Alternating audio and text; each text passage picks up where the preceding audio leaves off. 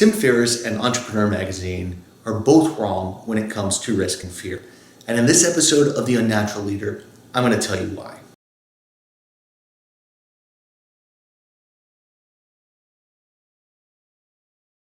Welcome to The Unnatural Leader, where we believe that leadership is a skill that can be trained and not an attribute with which we're born. I'm Andy Glenn, and my goal with these videos is to provide you with an easy-to-access resource that will help you develop the tools and skills to be a better leader.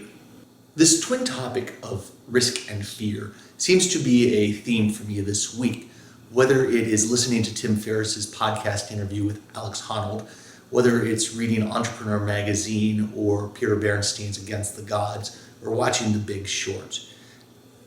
Unfortunately, both Entrepreneur Magazine and Tim Ferriss have gotten this concept of risk and fear wrong. In the March 2016 issue of Entrepreneur Magazine, they featured an article titled, "Be Fearless Without Being Scared." And in this article, they suggested in part that there is nothing to be afraid of when taking risks. And nothing could be further from the truth. There is plenty to fear, and fear is a good thing. It becomes a mitigator and a brake to our accelerators, helping us to make better decisions. Similarly, in Tim Ferriss's podcast interview this week with free solo climber Alex Honnold, he asked about an hour into it about how Alex approaches risk and fear, before then taking over again himself to suggest that he is risk averse. Unfortunately, I believe that Tim Ferriss is not risk averse. He is loss averse, and these subtle distinctions are actually very important. And we're going to discuss those in this issue. Now, in order to discuss risk, I think it's prudent that we first define what risk is. The word risk comes from the Italian word risicare, which means to dare. In this sense, risk is fundamentally about choice and not about fate. We have the choice to act or not to act in the face of fear, to dare, as it were, or not to dare. Certainly, there is value in not acting. When we act, we forfeit the option and the opportunity to get more information before we make a decision. We can no longer maximize the information flow used for decision making. We all make decisions with imperfect information. In our personal lives, we might meet somebody for only a few minutes before we decide if they're going to be a long-term friend. We might date somebody for a few months before committing to a lifetime of marriage that's going to outlast the amount of sampling size that we had. In business, we use sampling for quality control to determine if our products meet specifications. We use the Dow Jones Industrial Average, which is only 30 companies, to determine what the entire stock market is doing. In politics, we use sampling and imperfect information as well. Pollsters are constantly calling a sampling of American citizens to find out what America wants. In the military, similarly, people make decisions with imperfect information because the enemy can always change what they're going to do. And as we always said when I was in, Murphy gets a vote. So with imperfect information, we call it satisficing in our decision making versus maximizing. Now, interestingly, more senior executives who are successful use a satisficing approach to decision making than a maximizing. However, there's also risks in only satisficing and having imperfect information. Think of the analogy of the three blind men touching an elephant, and the first one, who's touching the ear, swears that he's holding a piece of tent canvas. The second guy, who's at the elephant's trunk, knows that it's a snake. And the third guy says, no, you're both wrong. This is a tree trunk, as he's rubbing the elephant's leg. So when we make decisions, we've seen one extreme already, which is the three blind men who make snap decisions too quickly and assume risk because they are wrong in their decisions. On the opposite extreme is a certain paralysis that can come about as we wait for perfect information. That is also a risk because then we become inactive and unable to accomplish what we're trying to do. As we make decisions, we want to try and fall between those two extremes. Again, on one hand, having no information as we make the decision, and on the other, becoming paralyzed, waiting for perfect information. In this realm, here in the middle, we are going to identify certain areas where there are gaps in our information or where there are certain things that we cannot control. And those hazards are, in fact, risks. We need to then be able to quantify those risks. Otherwise, what we're doing is we're just going back to this extreme where we're acting with no real information and making a gut instinctual decision. Then how do we measure these risks? Well, in equity markets, oftentimes they're measured by the volatility. In bond and fixed income markets, they're measured by credit ratings.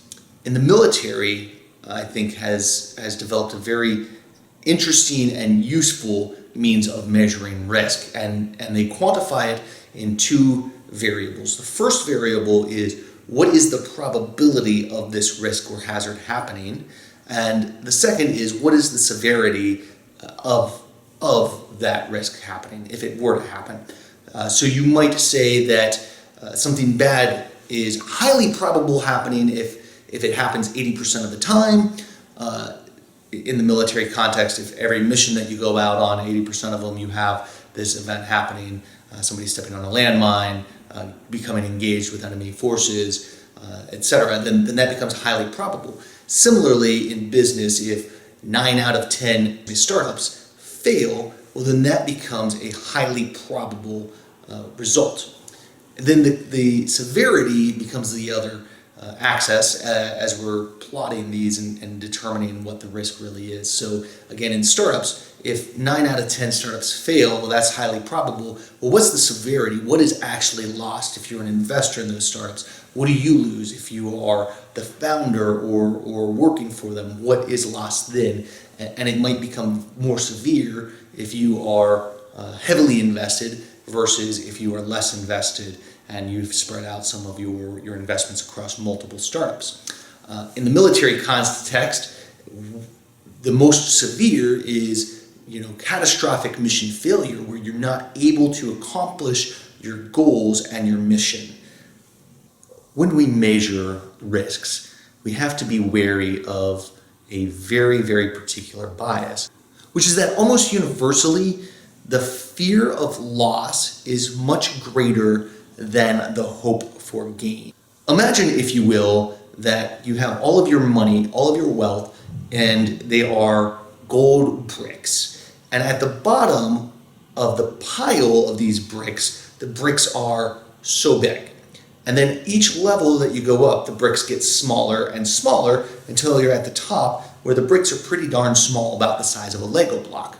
Now, from here on, any gain is going to be smaller than the loss of that Lego, or as you go down the full-size brick down to the cement block size brick.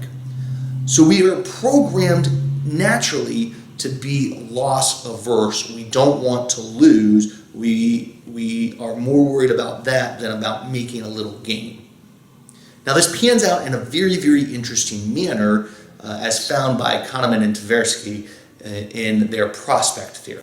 What Kahneman and Tversky found is that we are pre-programmed to be risk averse when it comes to gains and to be risk tolerant and risk seeking when it comes to potential losses. Imagine that there's a village with 600 people in it, and there is a disease ravaging this village. We can expect that everybody without treatment is going to die. And there are two different treatment plans available to us. Treatment A is guaranteed to save 200 people and only 200 people. Treatment B has the exact same expectancy, except there is a 67% chance that everybody will die, and then that 33% chance that everybody will survive. In this instance, more people will choose treatment A and get that guaranteed result of 200 saves. If we flip this around, we see some startling differences. If we apply treatment C, there's a guarantee that 400 people will die. If we apply treatment D, there is a 33% chance that nobody dies, but a 67% chance that everybody dies. More people chose treatment D, taking that gamble, almost 4 out of 5 people chose treatment D in the second scenario, where 72% chose treatment A in the first scenario. So what we see again is that we are more willing to take risks to avoid loss than we are when it comes to gaining something in the long run. This is why I believe that Tim Ferriss is loss averse and not risk averse. He is taking risks by making decisions about investments, but he's spreading out that risk a bit to try and minimize his losses in general. He's loss averse, not risk averse. Once we've identified these risks, there's 4 options that we have for dealing with it. We can terminate the risk, we can treat the risk, we can tolerate the risk, or we can transfer the risk.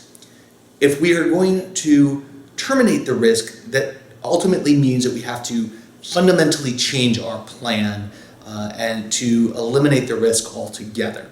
So if we were going to go rock climbing and we felt that the risk of falling was too high, maybe we would not go rock climbing, we would go kayaking instead.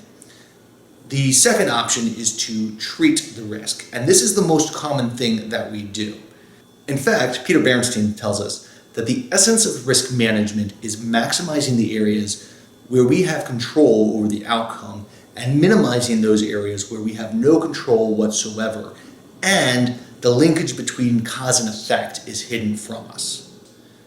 This is the essence of treating that risk. So perhaps in this scenario of rock climbing, what we would do is we would train more, or we would have a hired guide that knows the area better, or we would use ropes and change our equipment to help mitigate that risk of falling. The third action we can take is to tolerate the risk, which means that we're going to fundamentally accept it and hope that it just doesn't happen.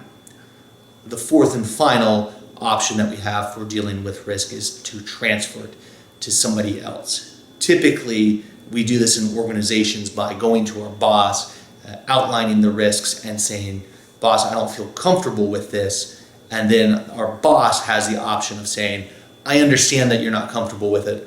I am assuming the risk in this instance." So in this video, I feel like we've covered quite a bit of ground regarding fear and risk and the interplay between them. I hope that you see that fear is not necessarily a bad thing and that risk is not necessarily a bad thing.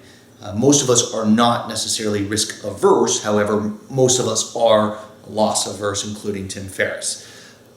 What we didn't cover in this video, though, are specific risks and then what your risk tolerance level is.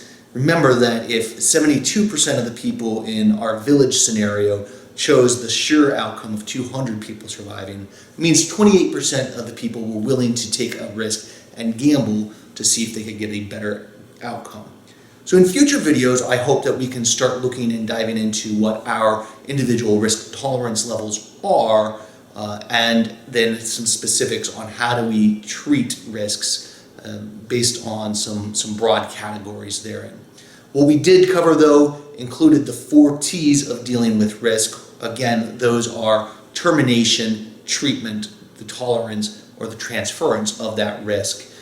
So those are the broad categories that we can do. And then what I want to do in future videos is dive into treatment of risk and some very, very specific ideas of how we can treat risk to mitigate it inside of our plans. So with that, I hope that you've enjoyed this video on fear and risk. Go out there, take some risks, and we'll see you soon.